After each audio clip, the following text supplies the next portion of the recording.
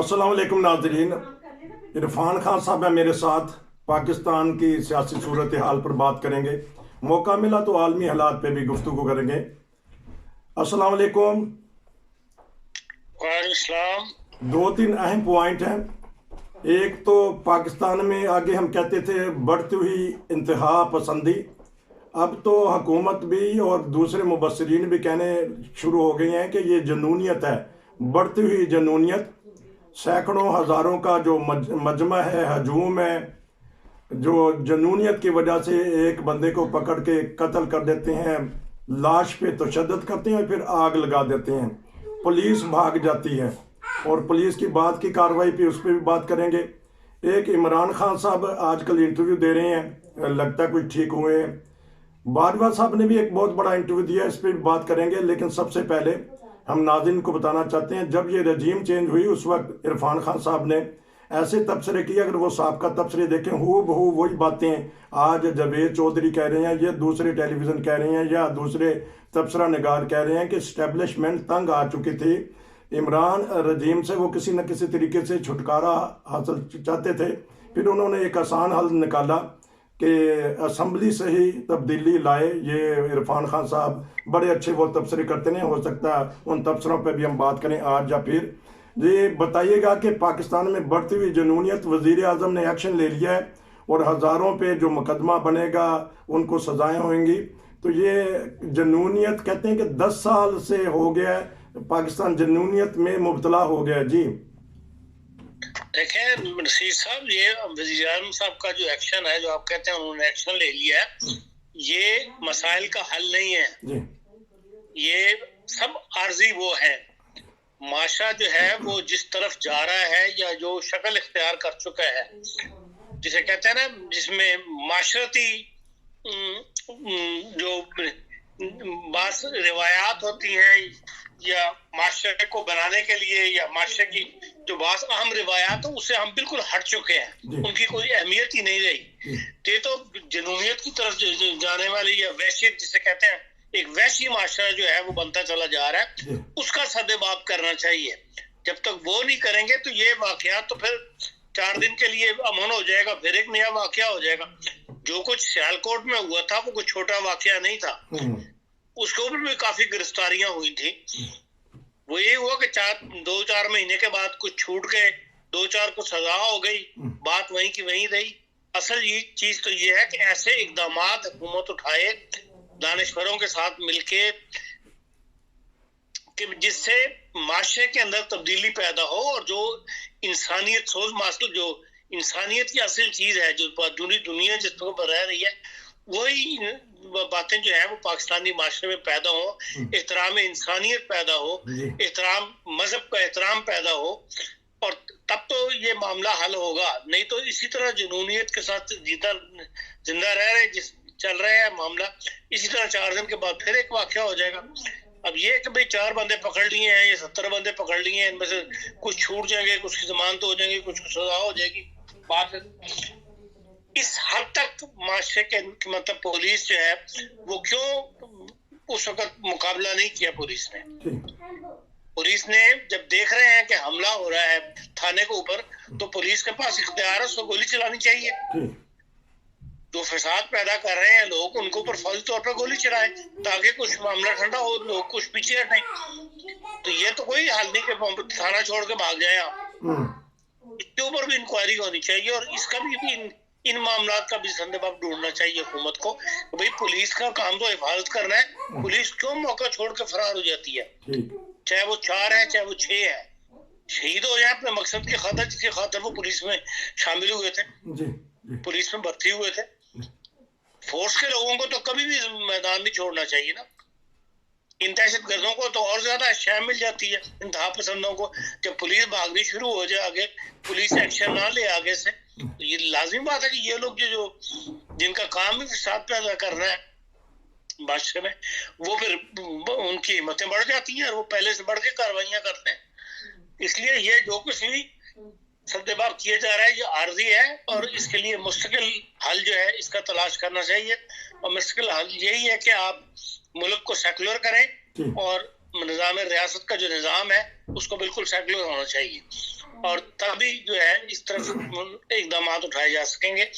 اور بات کو یہ کہ علماء سے رائے لے لی جائے, علماء اس کا فیصلہ کریں. اس کو کنڈیم کرنا چاہیے ان معاملات کو. جو ریاست کے ادارے موجود ہیں انہیں خود فیصلہ کرنا چاہیے تمام کا جو بھی ہے. اچھا میں سوال کر لوں, ایک تو سیالکوٹ کے جو مجرمان ہیں وہ تو ان کو سزائیں تو ہوئی ہیں لیکن آزاد پھر رہے ہیں, تو آپ کہتے ہیں کہ ریاست کو ایکشن لینا چاہیے. عدالت نے, سپریم کورٹ نے ایک ایکشن لیا تھا, ممتاز قادری کو پھانسی دی, پھر تحریک لبیک اس کے نتیجہ میں پیدا ہوئی, تو آپ کہتے ہیں کہ ایکشن لے تو لیا تھا لیکن آج اس کا ہم خمیازہ بھگت رہے ہیں. نہیں, تحریک لبیک اس کے نتیجے میں پیدا نہیں ہوئی تھی. تحریک لبیک کو باقاعدہ بنایا گیا تھا اسٹیبلشمنٹ کی طرف سے. اب تو نہیں تحریک لبیک اٹھتی, اب بھی تو فرانس کا سفیر وہی ہے, فرانس سے اب امداد بھی لے رہے ہیں. اب تو نہیں تحریک لبیک اٹھتی. ان تمام قوتوں کو اٹھایا جاتا ہے, ان کی اپنی کوئی حیثیت نہیں ہے. لیکن کیونکہ دیکھنے میں یہی آیا ہے کہ یہی زیادہ لوگ آگے آتے ہیں اور وہ نعرے لگاتے ہیں, اور اس لیے میں نے یہ ذکر کر دیا کہ ممتاز قادری کا کہ قاتل کو ایک پھانسی دی گئی اور اس کے بعد پاکستان میں بد امنی پیدا ہو گئی. گزشتہ 10 سال سے ناظرین یہ پاکستان میں جنونیت بڑھ رہی ہے, یہ وہاں کے اخبارات میڈیا کہہ رہا ہے. تو اب کیا آپ نے کہا کہ سیکولر کر لیں, ہماری عدالتیں بھی ہیں, ہماری فوج بھی ہے, ہماری مقننہ بھی, عدلیہ بھی, ہر چیز تو ہے, تو کس طرح سیکولر بنائیں؟ سیکولر سے مطلب کیا ہے؟ جتنے بھی ادارے ہیں پاکستان کی حکومت کے, جی, ان کی یا پرائیویٹ ادارے جو ہیں ان کے اندر کوئی مذہبی تنظیم نہیں ہونی چاہیے. اچھا, اس کے اوپر قانون سازی کر کے اس کی امپلیمنٹیشن کروائے حکومت زبردستی. اچھا, اب تو یہ ہے کہ لائرز کی ایسوسیشن جو ہیں ان کے اندر بھی مذہب کے نام کے اوپر تنظیمیں بن گئی ہوئی ہیں. تو لائر ایسوسیشن جن کا کام قانون کی حکمرانی, جو قانون کے لیے لڑنا ہے یا قانون کی ترجمانی کرنا ہے, انہی کے اندر مذہب کے نام پہ ایسوسیشن بن جاتی ہیں اور وہ ایسے نعرے لگاتی ہیں اپنے اجلاسات کے اندر جس کو سن کے شرم آتی انسان کو. تو اس لیے پہلا اقدام حکومت کو یہ اٹھانا چاہیے کہ تمام جتنے بھی ادارے ہیں, چاہے وہ سول ادارے ہوں, چاہے وہ سرکاری ادارے ہوں, ان کے اندر کسی پرائیویٹ ادارے ہوں, ان میں کسی قسم کی کوئی مذہبی تنظیم جو ہے اس کا وجود جو ہے وہ برداشت نہیں کیا جائے گا. کوئی مذہب کے نام پہ وہاں پہ ختم نبوت لا آف فارمز جیسے بنی ہوئی ہے, اس قسم کے تمام ادارے جو ہیں وہ ان کے اوپر پابندی لگنی چاہیے.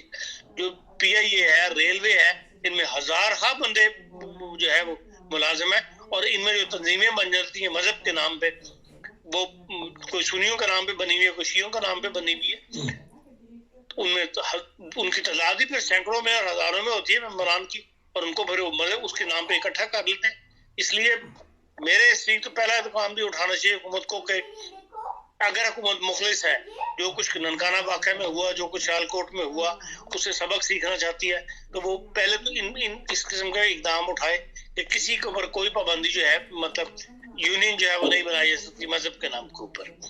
محلے کے اندر کوئی ایسی تنظیم نہیں بنائی جا سکتی جو ہو سوشل تنظیم اور مذہبی کام جو ہے وہ اس نے اپنے ساتھ لگایا, مذہب کی کل کے ساتھ لگائی بھی ہو. اس قسم کے اقدامات اٹھائے جائیں. یہ کوئی ایسا مشکل کام نہیں, پہلے بھی اس کی تجاویز دی جا چکی ہیں. خورشید ندیم صاحب نے بہت دفعہ لکھا ہے معاشرے کو صحیح کرنے کے لیے, اور بہت سی تجاویز دی ہوئی ہیں, لیکن یہ کہ حکومت کبھی انہوں نے توجہ نہیں دی اس قسم کی. اب یہ کثرت سے واقعات ہونے شروع ہوئے ہیں, بدنامی شروع ہوئی ہے پاکستان کی پورے دنیا کے اندر, اور حالات ایسے ہیں کہ بھئی آپ کو ہر طرف سے مدد کی ضرورت ہے. پتہ نہیں کل کس کا دامن, کس کے آگے اپنا دامن پھیلانا پڑ جائے کہ بھئی ہمیں بجٹ پورا کرنے کے لیے پیسے دو. تو اس لیے حکومت تھوڑی سی اس وقت وہ دکھا رہی ہے ایفیشنسی, اور یہ ایفیشنسی جو ہے اس کا کوئی مشکل حل نہیں ہے. اس کا مشکل حل وہی ہے جو میں نے ایک مشکل حل وہی ہے جو میں نے آپ کو بتایا ہے. اچھا, آپ نے تو پولیس کے اوپر کہا ہے کہ پولیس بھاگ جاتی ہے. پولیس نے حشر تو دیکھ لیا ہے کہ جب اتنے سارے ہزاروں کا مجمع ہوگا تو پولیس کو بھی تو اپنے لالے پڑ جائیں گے, ان کے بیوی بچے ہیں, ان کے ساتھ بعد میں کیا سلوک ہوگا. تو فوج ہماری کیا کرتی ہے, بعض دفعہ فوج ایکشن لیتی ہے, تو اس طرف سے تو کوئی نہیں ہے.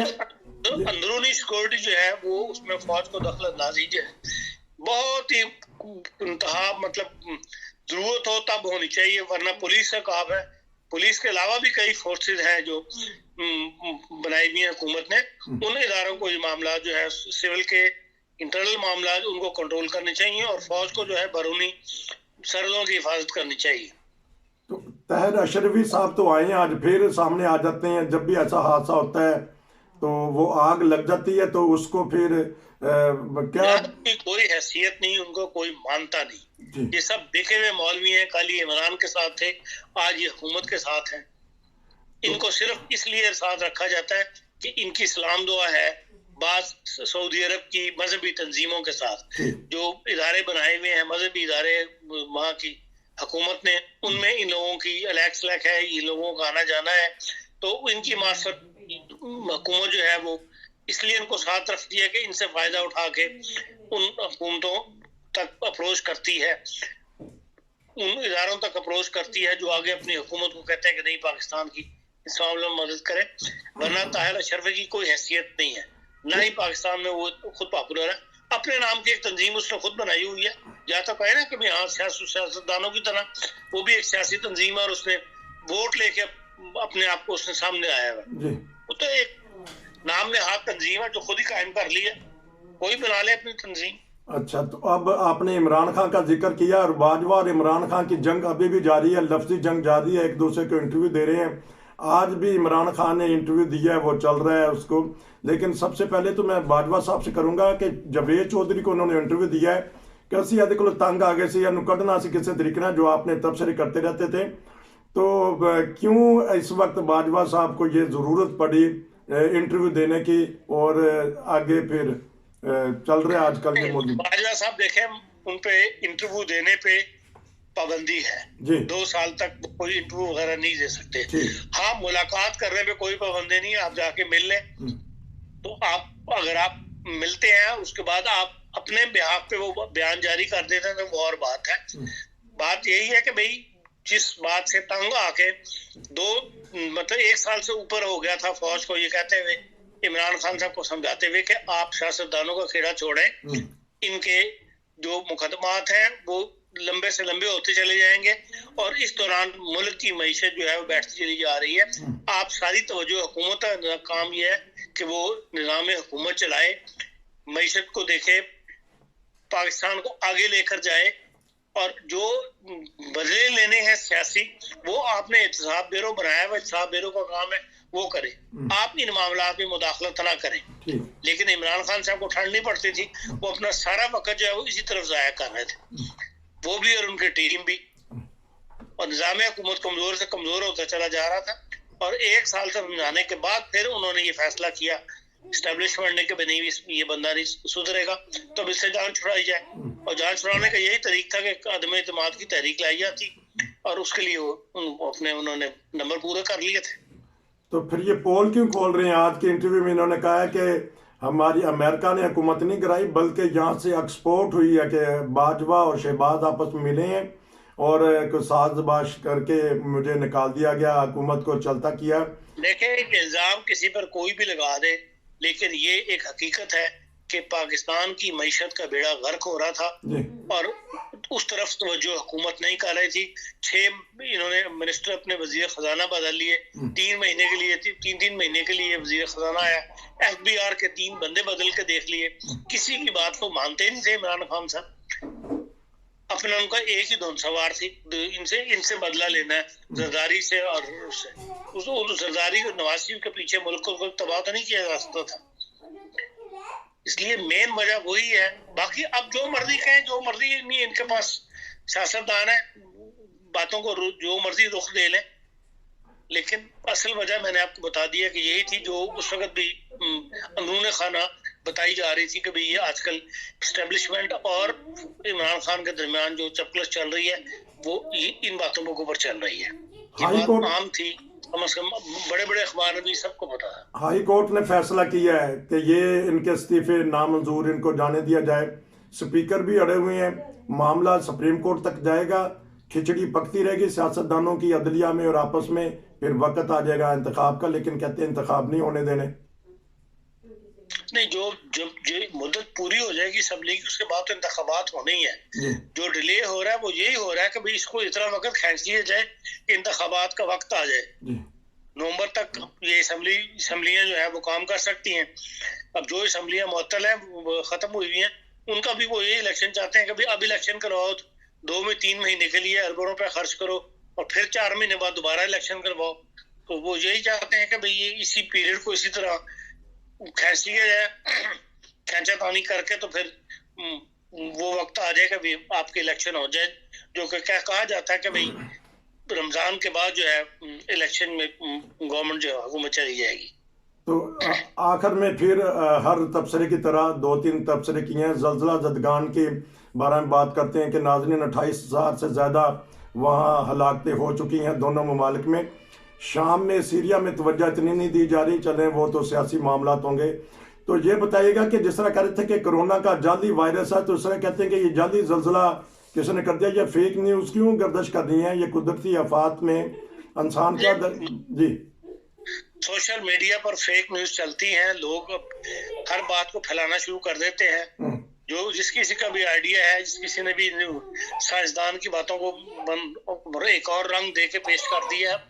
بل قدرتی آفاق ہے اور آفات ہے، تو اس میں کسی انسان کا بس نہیں چلتا. لیکن یہ ہے کہ بھئی ترکش قوم کو سلام کہ وہ بہت ہی جسے کہنا چاہیے محنت کے ساتھ اپنی اس مصیبت کے اندر اپنے بھائیوں کی مدد کر رہے ہیں. یہاں سے بھی دیکھ لیں ٹرکی کے اندر بے پناہ لوگ یہاں سے ٹرکوں کو ٹرک بھر کے جا رہے ہیں.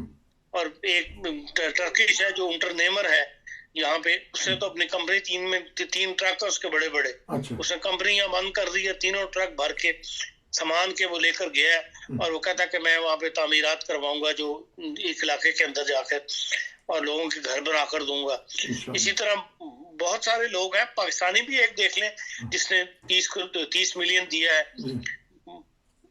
پاکستان ٹرکی کے زلزلے کے اندر، جو اپنا نام نہیں ظاہر کرنا چاہتا. اور وہ آدمی اسی آدمی نے اپنے زلزلے میں جو پاکستان میں سیلاب آیا تھا وہاں نہیں دیا، اس لیے کہ بھئی وہاں اعتماد نہیں ہے. وہاں اس قسم کا پروپیگنڈا ساتھ ساتھ چل رہا تھا، اور ساتھ ساتھ لوگوں کی ویڈیوز آ رہی تھی کہ بھئی جو سیلاب کی امداد کا سامان ہے وہ بازاروں میں بک رہا ہے، یا لوگوں بائی پوسٹ لوگ آرڈر کر کے منگوا رہے ہیں، تو اس میں وہ سامان بھی آ رہا ہے جو کمبل وغیرہ جو کہ سیلاب کے لیے دیے تھے. آپ کے پرائم منسٹر نے ہی سیلاب کی امداد، زلزلے کی امداد میں آیا وہ ہار جو ہے وہ فروخت جو ہے وہ اپنے گھر رکھ لیا تھا، اور بعد میں وہ واپس کیا. تو کم از کم ترکی کے اندر ابھی تک کوئی ایسا واقعہ سننے میں نہیں آیا. جرمنی بھی جو ہے بڑے پیمانے پر امداد کر رہا ہے، اور انہوں نے کہا کہ جتنے بھی متاثرین ہیں اگر ان کا کوئی رشتہ دار یہاں جرمنی میں رہتا ہے اور یہ کہتا ہے کہ بھئی وہ علاج کے لیے جو زخمی ہیں ان کو جرمنی لانا چاہتا ہے، تو ہم ان کو ویزا دیں گے اور ان کے علاج کا خرچہ برداشت کریں گے. یہ بہت بڑی امداد ہے جو جرمنی نے آفر دی ہے، اور اس قسم کی امداد سارے ملک کر رہے ہیں. بہرحال جتنی بڑی آفت تھی اس کے حساب سے دنیا جو ہے متحد ہو کر ایک دکھ محسوس کرتے ہوئے اس مد میں کام کر رہی ہے. اس مد میں کام کر رہی ہے. جی مخیر حضرات آگے آنے، جس طرح آپ نے مثال دی کہ $30 ملین، ناظرین یہ کروڑوں روپے بن جاتے ہیں. ایک پاکستانی شخص جس نے اتنی ہمت دکھائی ماشاءاللہ کہ اس نے یہ مدد کی. سیریا کی طرف اتنے نئے لوگ توجہ دے رہے، وہ تو آگے خانہ جنگی میں پسا ہوا ہے، وہاں سیاسی حالات آگے ہیں آڑے. نہیں، وہاں نقصان کم ہے، وہاں 3,000 ہے، یہاں 28,000 ہے. بہت بڑا فرق ہے دونوں معاملات میں. لیکن وہاں بھی بہرحال جتنی امداد کی ضرورت ہے وہ کی جا رہی ہے، لیکن یہاں نقصان زیادہ ہے ترکی میں، اس لیے اس کو نمایاں کر کے پیش کیا جا رہا ہے. لیکن یہ ہے کہ باہمت قوم 24 گھنٹے لگے ہوئے ہیں، اور ریسکیو ٹیمیں گئی ہوئی ہیں پوری دنیا سے.